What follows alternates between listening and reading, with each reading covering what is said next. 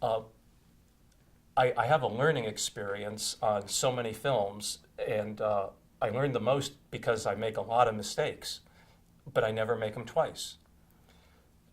We weren't working in digital environments then. When we were working then, when you made your music, you had to put a synchronization pulse on it so that it would follow the film that it was being made to. And the reason I found out what a sync pulse was because when we got the music turned in the first time, it didn't have one.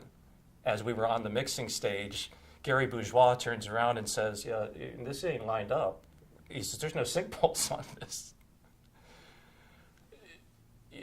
I've learned these things across the board. When I did Beastmaster, I learned why you have two production boats.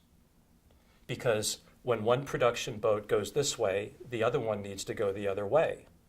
Otherwise, when the director, like, let's say, Don Coscarelli, says, we're wrapped for lunch, and then he jumps in the boat to go eat lunch, and Mark Singer, who had just got out of the water, is standing there shivering, wondering why he doesn't have a boat to take him back to shore because there isn't one there.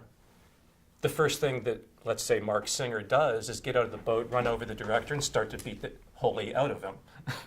And you don't really like that happening on your set as a producer, so you really need two production boats. When we were doing Far From Home, the director fell in love with the look of this one car at a junkyard. And that's the movie I learned that you gotta have two picture cars. Because when you just get the one picture car out of the junkyard and you need to use it and it doesn't run, you're shut down. You gotta have two picture cars. I've learned lots of these kinds of lessons.